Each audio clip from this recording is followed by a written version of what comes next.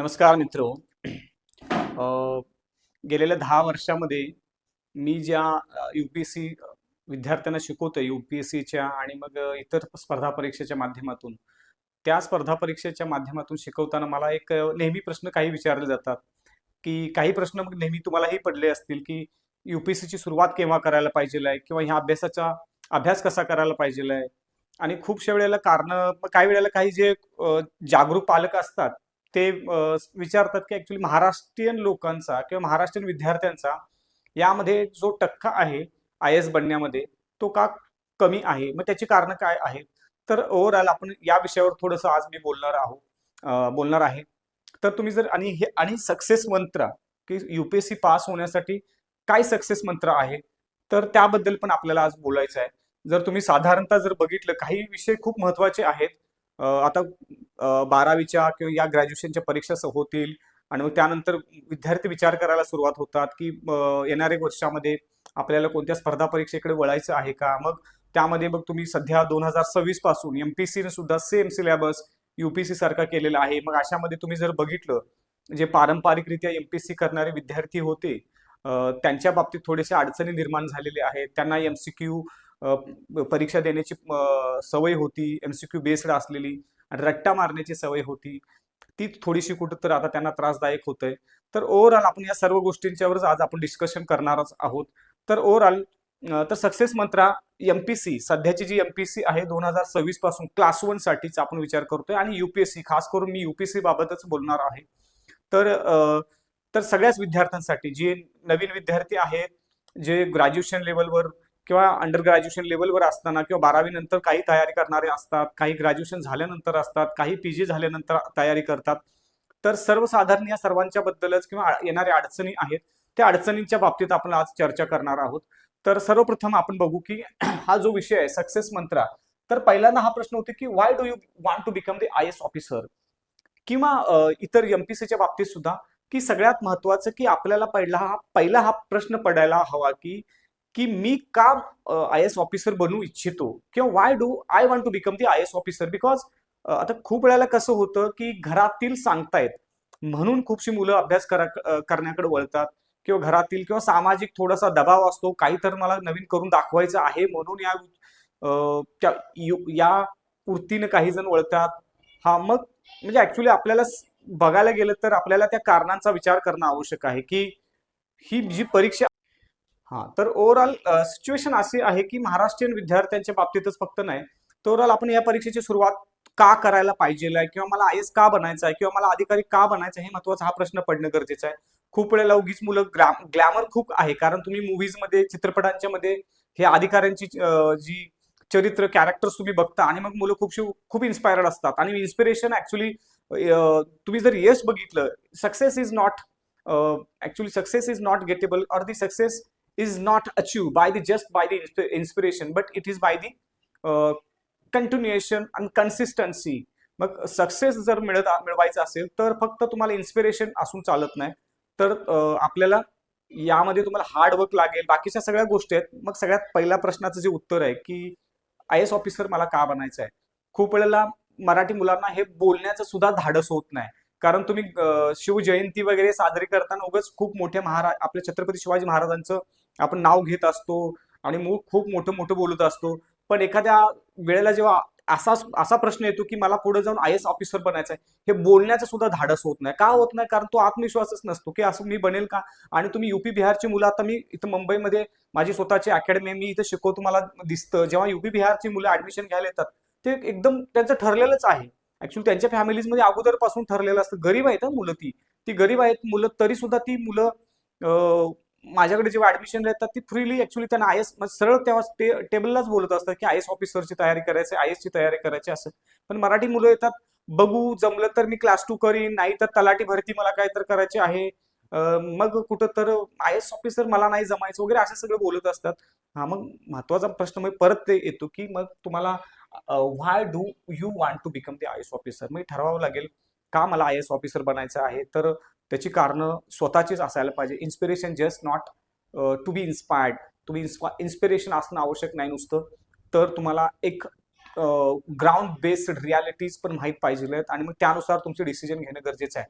ठीक आहे, तुम्ही ठरवलंय ना तर आय एस बनायचंय, तर मग पुढचा टप्पा येतो की मग when do you start actually, which is the right time to start. काय योग्य वेळ काय आहे त्याची.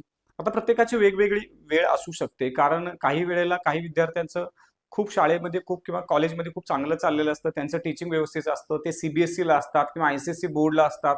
मग अशा विद्यार्थ्यांनी मग तिकडं लक्ष न देता इकडं लक्ष द्यावं का 8वी 9वी 10वी किंवा 11 12वी किंवा कॉलेजच्या एजमध्ये.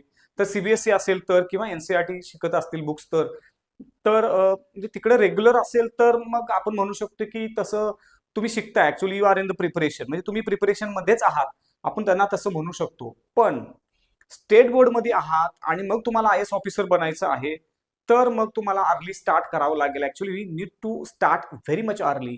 मग तुम्हाला खूप अगोदरपासून, मग ते किती अर्ली आता तुमच्या याच्यावर आहे की तुम्ही किती अर्ली स्टार्ट करणार आहात. कारण महत्वाचं काय खूप वेळेला, कारण तुम्ही जर ऍक्च्युली साधारणतः गेलेल्या 30-40 वर्षापासून 20-25 वर्षापासून एक ठरलेलं पॅटर्न आहे युपीएससीचा, खास करून म्हणजे अभ्यासाच्या बाबतीत, की एनसीईआरटी रट्टा मारा आणि एनसीईआरटी पास. मग ठीक आहे, आजकाल तशी स्थिती नाही, कारण तुम्ही 20 वर्षापूर्वीचे काही आय एस ऑफिसर असे पण झालेले आहेत, म्हणजे फुल कॉमा मार्क सगळं त्यांनी पाठ केलं होतं, पुस्तकच्या पुस्तक रट्टा मारला होता आणि मग ते आय एस ऑफिसर सध्या बनलेले आहेत. अशी काही ऑफिसर्स आहेत, पण सध्या तसे बनू शकत नाहीत, कारण तसा जे युपीएससी 2.2 जो आहे, युपीसीचा बदललेला जो पॅटर्न आहे, युपीसी बदललेले जे प्रश्नांचे जे स्वरूप आहे ते बघता जर विचार केला तर इतकं सोपं नाही सध्या युपीएससी पास करणं. आणि मग मग त्यासाठी मी मराठी मुलांना खास करून सांगेन की तुम्ही जर सीबीएसई पॅटर्न मध्ये शिकताय, सीबीएसई तुम्हाला बोर्डमध्ये आहात, तुम्ही आयसीएससी बोर्डमध्ये शिकताय, तर you are in the actually you are in the chess. मग तुम्ही आहेत, करतायत, थोडंसं प्रिपरेशन करतायत आणि you are working on, but you are in the actually in the you are studying the state board, for the state board. हा, तर मग तुम्हाला थोडंसं विचार करणं आवश्यक आहे की यासाठी प्रिपरेशन थोडंसं एनसीईआरटीची बुक्स तुम्हाला वाचायला सुरुवात करणं गरजेचं आहे. मग तुम्ही कधी कराल, आता तुम्ही ती तुमची समज असेल, ती पुस्तक समजून घेण्याची जी एज असेल तेव्हापासून तुम्ही सुरू करू शकता. ऍक्च्युली त्याला काही राईट टाइम टू स्टार्ट असं काही नाही, पण मी सांगितलं कारण मग खूप वेळेला कसं होतं, शाळेमध्ये रेग्युलर असतात आणि मग इतर वेळेला शाळेमध्ये रेग्युलर असताना सुद्धा मग तुम्ही इकडे वेळ कसा देऊ शकताय, तिकडे तुमचं सीबीएसई सुरू आहे, तर मला वाटतं तुम्हाला काही गडबड करण्याची गरज नाही. पण तुम्ही स्टेट बोर्डला असाल तर तुम्हाला गडबड नाही, पण तुम्हाला थोडं तर स्टार्ट करायला हवं आहे, कारण युपीएससी सारखी परीक्षा पास व्हायचं असेल तर तुमचं अंडरस्टँडिंग लेवल जी आहे किंवा तुमचं रिडिंग स्किल आहे, तुमचं कॉम्प्रिहेन्शन स्किल आहे, तुमचं आकलन शक्ती वाढवायची असेल तर तुमचा जो बेस आहे रिडिंगचा, वाचनाचा जो बेस आहे तो खूप चांगला असणं आवश्यक आहे आणि मग तो अगोदरपासून तुम्हाला इम्प्रूव्ह करणं आवश्यक आहे. मग त्यासाठी तुम्हाला कुठं तर, मग असं नाही की तुम्हाला मग कोणतं गाईड बघणं गरजेचं आहे, त्यासाठी तुम्हाला काय वाचायला पाहिजे या लेवलवर त्या लेवलवर, असं नाही की काही पण वाचून नाही, तर मग त्यासाठी तुम्हाला थोडंसं एक मेंटॉर बघायला हवा आहे असं मला फिक्स वाटतं. कारण ही परीक्षा खूप वेळेला असं म्हणजे महाराष्ट्रामध्ये पसरलेलं असते की नाही आपण नंतर स्टार्ट करू ग्रॅज्युएशनच्या लेवलला, युपीएससी तसे पास होऊ शकत नाही. आता मी स्पष्ट सांगतो, कारण ओव्हरऑल जर बघितलं होऊ शकत नाही, कारण का जी मुलं पास झालेली आहेत नॉर्मली, ती उदाहरण आहेत, ती खूप कष्ट केले, 5 अटेम्प्ट 10-6 अटेम्प्ट असे अटेम्प्ट घेतलेले आहेत. आणि मग तुमच्या आयुष्यात इतका वेळ आहे का, प्रत्येकाचा वेळ वेगळा वेगळा आहे. मग तुम्ही जर त्यांना आयडलाइज करत असाल तर मग थोडंसं वेगळं आहे. तुम्हाला पास व्हायचं असेल आणि कारण का माहितीये का, महाराष्ट्रीयन विद्यार्थ्यांच्याकडे थोडंसं स्किल जास्त आहेत मला असं वाटतं नॉर्थ इंडियन्स पेक्षा. कारण का, कशाच्या बाबतीत, कारण त्यांचं जे स्कूलिंग आहे नॉर्मली ते आर्ट्स ह्युमॅनिटीज शिकतात. थोडंसं महाराष्ट्रातील स्टुडंट सायन्स बेस्ड एज्युकेशन खूप जास्त शिकतात, त्यामुळे थोडंसं आपल्याला ॲडव्हान्टेज आहे. पण असं नाही की ॲडव्हान्टेज आहे, पण कन्सिस्टन्सी महत्वाची आहे. तर overall Wien do you start, actually कधी सुरू करू शकता, जसं आपण चर्चा केल्याप्रमाणे की त्याची काही योग्य वेळ नाही, पण तुम्ही प्रोसेसमध्ये असाल, एनसीईआरटी शिकत असाल, सीबीएसई बोर्डमध्ये असाल आणि आयसीएसई मध्ये असाल, तर you are in the situation, in the chasing situation तुम्ही करत आहात. स्टेट बोर्डला असाल तर तुम्ही विचार करणं आवश्यक आहे की स्टार्ट करायला हवा आहे. माझं स्पष्ट मत आहे. कोण जर सांगत असेल की तुम्हाला की नाही नाही स्टेट बोर्डमध्ये असेल नंतर होऊ शकतं, युपीएससी सारखी परीक्षा खूप रेअर उदाहरणं आहेत पास झालेली. तुम्ही महाराष्ट्रातील गेलेला तर तुम्ही काही गेलेला 60 वर्षाचा जरी इतिहास बघितला तर आपल्याकडं फक्त बोटावर मोजणे इतकेच आय एस ऑफिसर बनलेले आहेत. ह्याचं उदाहरण तेच आहे. कारण का, कारण आपल्याला कुणीतरी असे भ्रम निर्माण केलेले आहेत आजपर्यंत की नाही सुरू करू शकतो नंतर. तर हे स्पष्ट इथं तर मला एक माझी स्वतःची अकॅडमी आहे, मी रन करतो, गेल्या काही वर्षातला एक्सपिरियन्स म्हणून सांगू शकतो की होणार नाही. खूप उशिरा सुरुवात केली तर ह्या फील्डमध्ये, कारण एक मुलांच्यावर खूप बर्डन असतं, कारण तुम्हाला ग्रॅज्युएशन झाल्यानंतर खूप बर्डन निर्माण होतं.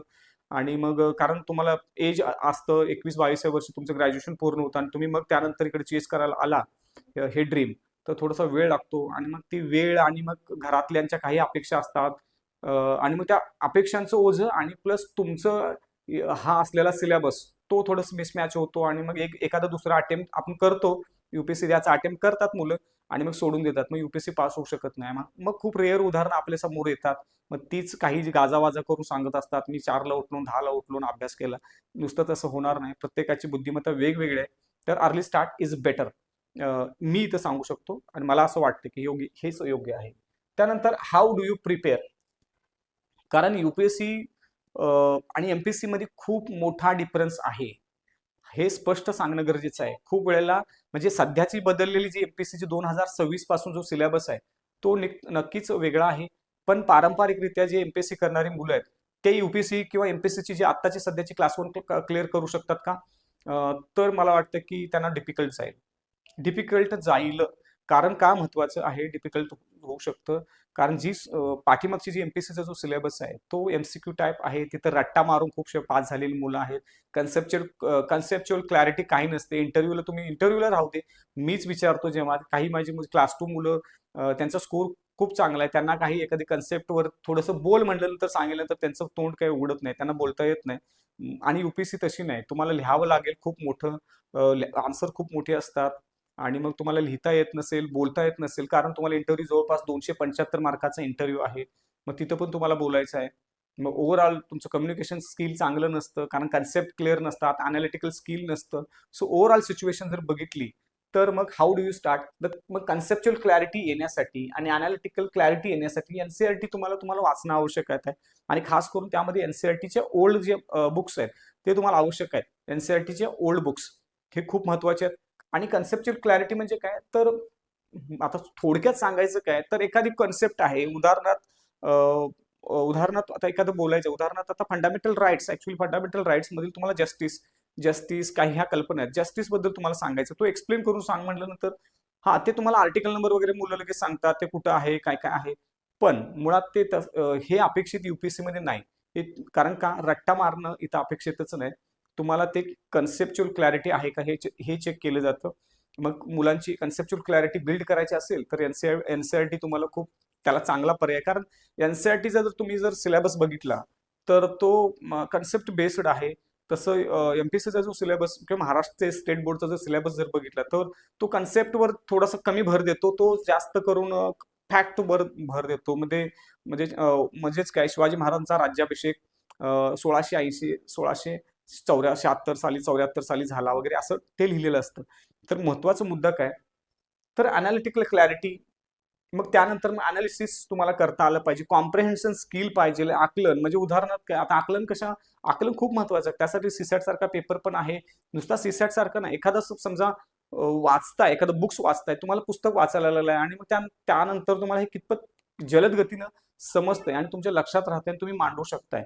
हे तुम्हाला कॉम्प्रिहेन्शन स्किल जे आहे ते तुम्हाला डेव्हलप करता आलं पाहिजे. मग डेव्हलप करायचं असेल तर रीडिंग तुमचा जो बेस आहे तो खूप जबरदस्त पाहिजे. रीडिंग बेस ऍक्च्युली आकलन कशामुळे होतं, तर तुम्ही बघू शकता आकलनासाठी ओकॅब्युलरी चांगली लागते. ओकॅब्युलरी ज्याची चांगली त्याचं लवकर आकलन होतं, कारण त्याचा शब्दसंग्रह ज्याच्याकडे जास्त त्याचं आकलन शक्ती चांगली. तर ओव्हरऑल जर बघितलं तर अनालिटिकल क्लॅरिटी आणि conceptual clarity and comprehension skill must be develop. आणि हे यासाठी आपल्याला एनसीईआरटी जी बुक्स आहेत ते खूप म्हणजे अत्यंत म्हणजे आता असं नाही की 6वी ते 12वी सगळीच पुस्तकं वाचायची आहेत. 6वी ते 12वीची सगळी वाचायची आहेत, काही ओल्ड बुक्स आहेत, पण आता आता अलीकडे काही बाजारामध्ये पुस्तकं आलेले आहेत. समग्र म्हणजे एक एकत्रित गाईड आहे, सगळ्या पुस्तकांचे मिळून एक गाईड बनलेलं असतं. ते जरी वाचलं तर ते सुद्धा चालू शकतं. रेसिटेशन, आता हे एक रट्टा मारून, मी मगाशी पण म्हटले की ही रट्टा मारण्याची परीक्षा नव्हे. युपीएससी ही जी परीक्षा आहे ती रट्टा मारण्याची परीक्षा बिलकुल नाही. रट्टा मारून जर पास होतं म्हणजे होतं का, तर 20-30 वर्षापूर्वीचे जे IAS, 30 वर्षापूर्वीचे आपण म्हणू शकतो, तेव्हा कदाचित जे झालेले IAS ऑफिसर आहेत ते, त्यांची मेमरी ऍक्च्युअली काही जणांची जी मेमरायझिंग कॅपॅसिटी असते ती खूप हायली अप्रिशिएटेड आणि हायली गुड असते. त्यामुळं आपण तेव्हा म्हणू शकतो काही जणांचे नसते, पण काही जण झालेले आहेत, असं पास झालेले आहेत. अशी खूप काही उदाहरण आहेत. मग आता तसं होऊ शकतं का? तर आता सध्या तसं नाही. UPSC अशी पास होऊ शकत नाही. रट्टा मारून परीक्षा पास होण्याची ही परीक्षाच नव्हे. तर रट्टा मारणं चालणार नाही या परीक्षेत. मी अगोदर म्हटल्याप्रमाणे तुमच्याकडं कन्सेप्च्युअल क्लॅरिटी असायलाच हवी. ओव्हरऑल त्यानंतर पर्सनॅलिटी डेव्हलपमेंट हा एक खूप महत्त्वाचा मुद्दा आहे. खूप जण व्यक्तिमत्व जर बघितली, काही त्यांच्या डोक्यामध्ये मतभेद असतात किंवा डोक्यामध्ये काही जे पूर्वीचे काही विचार असतात त्याला आपण पूर्वदोष म्हणतो. पर्सनॅलिटी डेव्हलपमेंट हा सुद्धा एक महत्त्वाचा मुद्दा आहे. कारण व्यक्तिमत्व जो विकास आहे की 1-2 दिवसाची ही गोष्ट नव्हे. कारण एखाद्याचं व्यक्तिमत्वाचा जो विकास आहे हे म्हणजे एखाद्या 6 महिन्यात, 3 महिन्यात, 2 महिन्यात होण्याची गोष्ट नव्हे. कारण मग तर अगोदरपासून तुम्हाला तयार करावी लागली याची. जर तुम्ही बघितलं ॲटिट्यूड असतो किंवा मी मगाशी म्हटल्याप्रमाणे किंवा पूर्वदोष असतात आपले काही, की काही व्यक्तींच्या बद्दल, काही समाजाबद्दल, काही म्हणजे एकंदरीत काही देशाबद्दल किंवा असे एकंदरीत पूर्वदोष असतात आणि मग खूप वेळेला मुलं इंटरव्ह्यूच्या दरम्यान याच गोष्टी न कळत बोलून जातात आणि मग हे त्यांना लक्षात येत नाही की हे आपण म्हणजे काय बोललो ते उदाहरण सांगायचं तर उदाहरणार्थ आता काही जणांचा विरोध असतो की मला आरक्षणाच्या बद्दल आरक्षण कशाला आहे कशाला दिलं पाहिजे हा पण मग त्याची बाजू न लक्षात घेता खूप वेळेला मुलं सहजच बोलून जातात इंटरव्ह्यूच्या दरम्यान आरक्षण आर्थिक आधारावर आहे मग त्यांना हे समजत नाही असायला पाहिजे वगैरे असं बोलतात पण हे लक्षात येत नाही की आपल्या राज्यघटनेमध्ये काय सांगितलेलं आहे संविधानामध्ये आपल्याला काय तरतुदी आहेत संविधानामध्ये तरतूद काय आहे संविधानामध्ये तरतूद सामाजिक आरक्षणाची आहे मग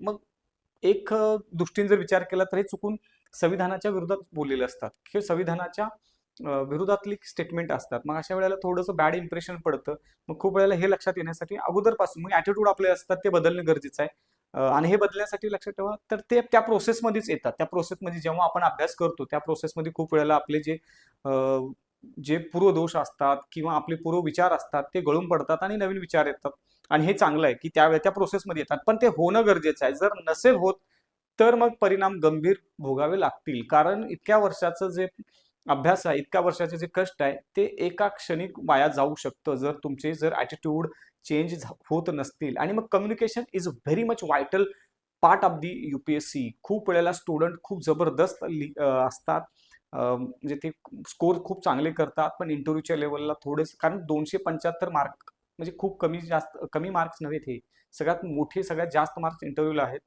मग तिथं थोडंसं त्यांचं नुकसान होऊ शकतं कम्युनिकेशन आणि व्ह्यूज कम्युनिकेशन हे तितपत बदलणं गरजेचं आहे ओव्हरऑल विचार केला तर आता हे भाग 1 मध्ये आपण डिस्कस करतोय मी उद्याच्या भागात याच्याबद्दल आता थोडंसं अधिकचं आपण UPSCचे जे प्रिपरेशन आहे त्याच्याबद्दल आपण डिस्कस करू please subscribe my channel subscribe like and share with your friends माझ्या चॅनलला लाईक करा शेअर करा आणि सबस्क्राईब करा असेच नवनवीन व्हिडिओ UPSCची आणि MPSCची तुम्हाला जी माहिती आहे त्याचबरोबर UPSC आणि MPSCची जी लेक्चर्स आहेत ते तुम्हाला फ्रीमध्ये तुम्हाला बघायला समजून घेण्यासाठी मिळतील धन्यवाद